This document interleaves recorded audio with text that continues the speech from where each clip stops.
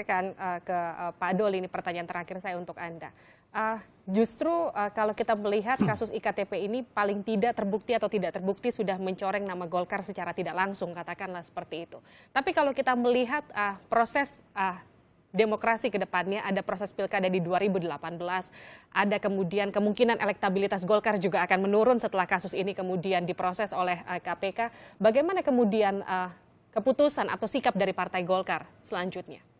Ya tentu kita berharap ini secara internal bisa disikapi secara tegas. Ya, kalau kita bisa membayangkan kemudian menghitung bahwa pencitraan buruk ini bisa mengganggu momentum politik 2018 pilkada, 2019 pilpres dan pileg, ya saya kira kita harus cepat keluar dari masalah ini. Dengan cara?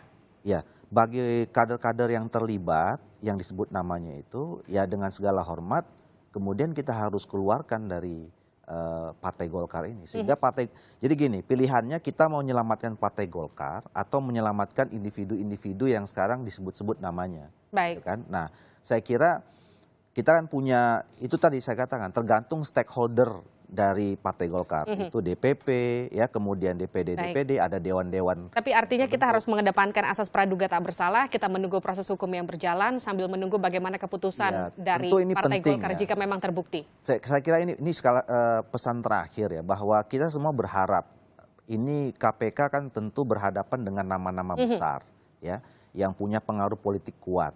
Ya.